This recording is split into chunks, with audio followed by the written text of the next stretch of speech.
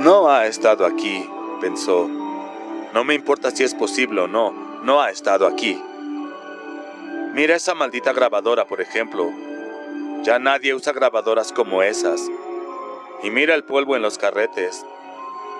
La nota estaba llena de polvo también. Este equipo te ha estado esperando durante largo tiempo. Tal vez se ha estado montado y almacenando polvo desde que Pangborn te mandó a Shang. Oh, eso era una locura.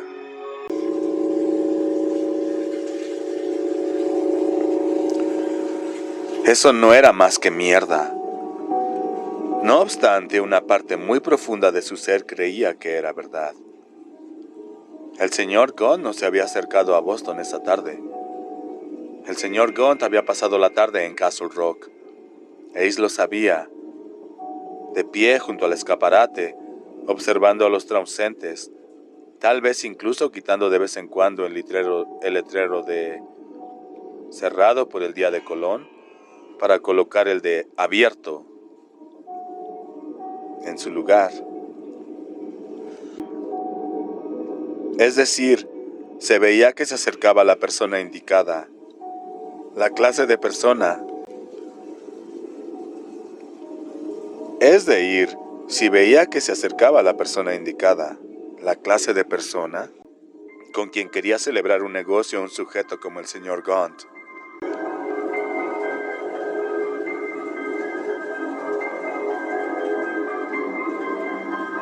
¿Y en qué consistía su negocio? Ace no estaba seguro de que quería saberlo, pero sí quería saber qué había en esas cajas. Si había que transportarlas desde aquí hasta Castle Rock, tenía el chingado derecho a saberlo. Oprimió el botón de alto en la grabadora y la levantó para ponerla a un lado. Tomó un martillo de las herramientas que estaban sobre la mesa de trabajo y una palanca recargada en la pared. Fue a las cajas y deslizó el extremo plano de la palanca bajo la tapa de madera de la que estaba encima. Ejerció presión con la palanca. Los clavos se soltaron con un ligero chirrido. El contenido de la caja estaba cubierto con un pesado cuadrado de hule encerado. Lo quitó y se quedó boquiabierto ante lo que veía. Cápsulas explosivas. Docenas de cápsulas explosivas. Tal vez cientos de cápsulas explosivas, cada una descansando en un cómodo nido de viruta de embalaje. ¡Jesucristo! ¿Qué está planeando? ¿El inicio de la Tercera Guerra Mundial? Con el corazón palpitando a toda velocidad en el pecho, Ace volvió a introducir los clavos con el martillo y puso a un lado la caja con las cápsulas explosivas. Abrió la segunda caja esperando ver filas ordenadas de esos gruesos cilindros rojos que se parecen a las señales luminosas para la carretera. Pero no era dinamita, eran pistolas. Tal vez eran 2 docenas en total, pistolas automáticas de alto poder. Le llegó el olor de la penetrante grasa en la que se habían empacado. No sabía de qué clase eran, alemanas quizá, pero sabía lo que significaban. Una sentencia de 20 años a cadena perpetua si lo atrapaban con ellas en Massachusetts. La mancomunidad veía con muy malos ojos las pistolas, especialmente las armas automáticas. Puso a un lado esta caja sin taparla de nuevo. Abrió la tercera. Estaba llena de cargadores de municiones para las pistolas. Ace retrocedió unos pasos, frotándose nervioso la boca con la palma de la mano izquierda. Cápsulas explosivas, pistolas automáticas, municiones. ¿Esto era mercancía? Yo no, dijo Ace en voz baja en tanto movía la cabeza. Este chico no. Ajá. En ningún modo. La Ciudad de México cada vez le parecía mejor. Tal vez incluso Río de Janeiro. Hayes ignoraba si Gaunt estaba construyendo una trampa para ratones más efectiva o una silla eléctrica más eficiente. Pero él no quería participar. Fuera lo que fuera, él se iba. Y se iba ahora mismo. Sus ojos se fijaron en la caja con pistolas automáticas. Y me voy a llevar una de estas nenas conmigo, pensó. Una pequeña recompensa por las molestias. Un recuerdo, llamémoslo. Se dirigió a la caja y en ese instante los carretes de la grabadora empezaron a girar de nuevo, aunque no se había accionado ninguno de los botones. Ni siquiera lo pienses, Hayes, le aconsejó con frialdad la voz del señor Gaunt. No es conveniente que trates de chingarme. Lo que yo te haga, si lo intentas siquiera, hará que lo que planean los hermanos Corson parezca un día de campo. Ahora estás a mi servicio. Únete a mí y nos divertiremos. Únete a mí y te desquitarás de todos los que se portaron mal contigo en Castle Rock.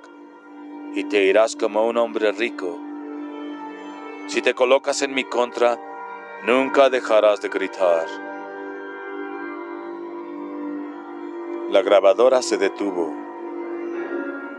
Los ojos sobresalientes de Ace siguieron el cable de la corriente hasta la clavija. Yacía en el piso, cubierto con una fina capa de polvo. Además, no había un contacto a la vista.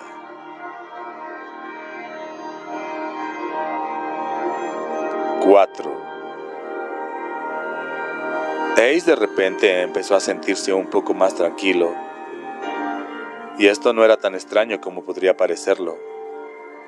Había 2 razones para la estabilización de su barómetro emocional. La primera era que Ace era una especie de retrógrado.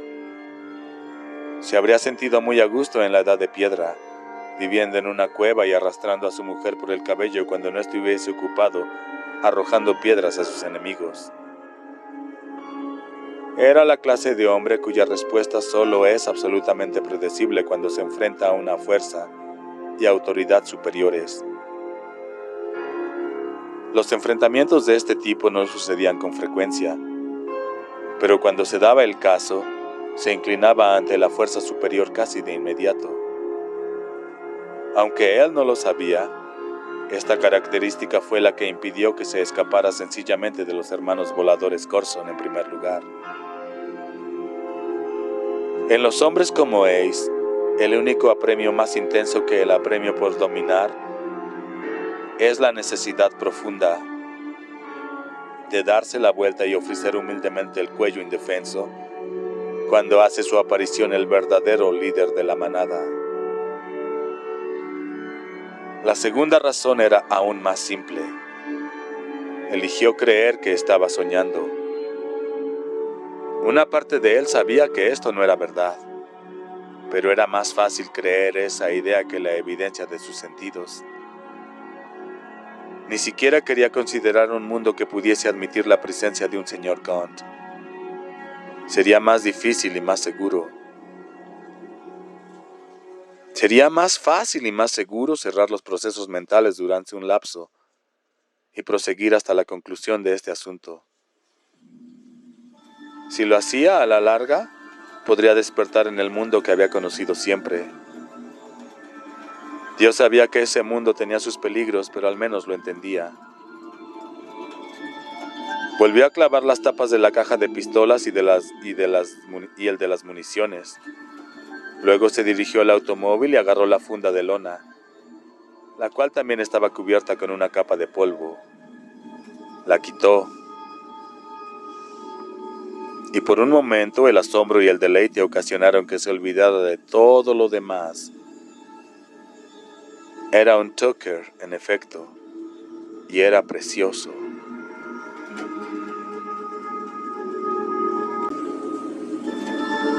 La pintura era amarillo canario. El diseño aerodinámico relucía con cromo en los laterales y bajo la defensa ranurada. Un tercer faro miraba desde el centro de la capota, bajo un adorno de plata que parecía la locomotora de un tren express futurista. Ace caminó alrededor del auto comiéndoselo con los ojos. Había un par de parrillas cromadas a cada lado del tablero trasero.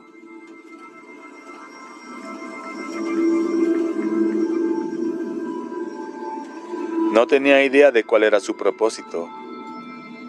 Los gruesos neumáticos Goodyear, de cara blanca, estaban tan limpios que casi brillaban bajo las luces colgantes. En el tablero trasero, en fluidas letras de cromo, estaban las palabras Tucker Talisman. Ace nunca había oído hablar de ese modelo. Creía que el torpedo era el único auto que había producido Preston Tucker.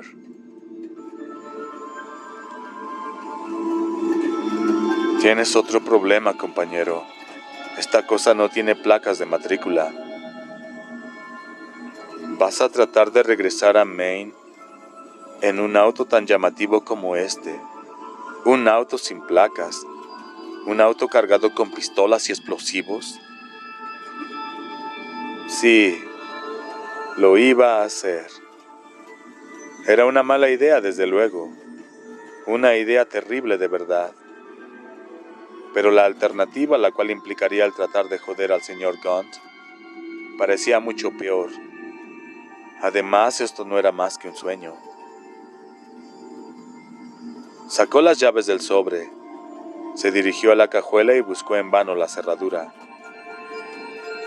Después de unos momentos se acordó de la película con Jeff Bridges y comprendió, igual que el Volkswagen sedán alemán y el Chevy Corvair, el motor del Tucker estaba en la parte posterior.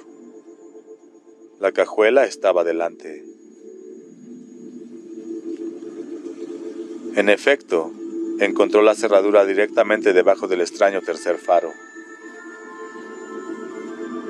Abrió la cajuela. Era holgada y estaba vacía, excepto por un único objeto: una pequeña botella con polvo blanco y una cuchara sujeta a la tapa con una cadena. En la cadena estaba pegado un pequeño trozo de papel. Ace lo arrancó y leyó el mensaje que había sido escrito en diminutas letras mayúsculas. Inhálame. Ace siguió las órdenes.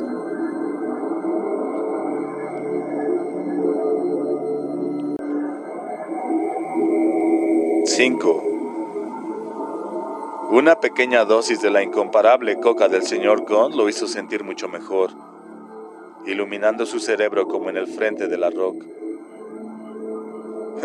Como el frente de la rocola de Henry B. Ford. Ace cargó las pistolas y los cargadores de municiones en la cajuela. La caja de cápsulas explosivas la colocó en el asiento trasero, deteniéndose un momento para inhalar profundamente. El vehículo tenía ese insuperable olor a nuevo, el cual nada lo igualaba en el mundo, excepto el coño, tal vez. Y cuando se acomodó detrás del volante, vio que el auto era nuevo. El odómetro del Tucker Talisman del señor Gaunt marcaba 00000.0. Ace introdujo la llave del encendido en la ranura y la giró. El talismán se puso en marcha con un delicioso rumor gutural. ¿Cuántos caballos bajo la capota? No lo sabía, pero se sentía como un tropel completo. En la prisión había muchos libros sobre automotores, y Ace había leído la mayoría.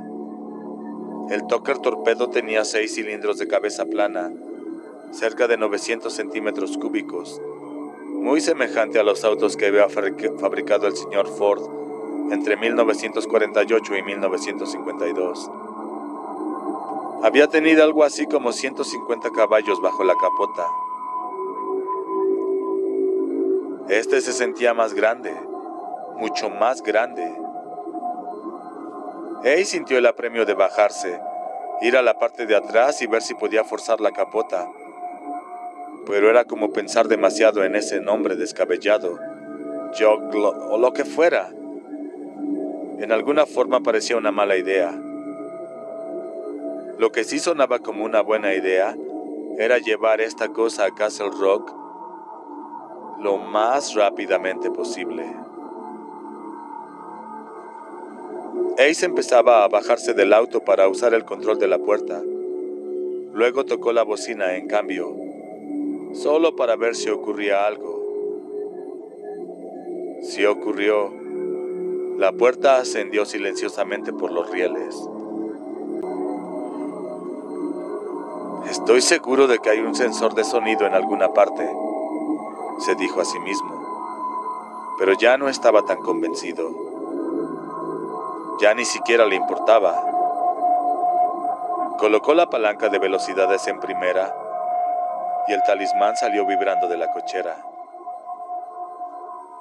Cuando se dirigía al agujero en la cerca por el sendero lleno de baches, tocó la bocina de nuevo y en el espejo retrovisor vio que se apagaban las luces en la cochera y la puerta empezaba a descender.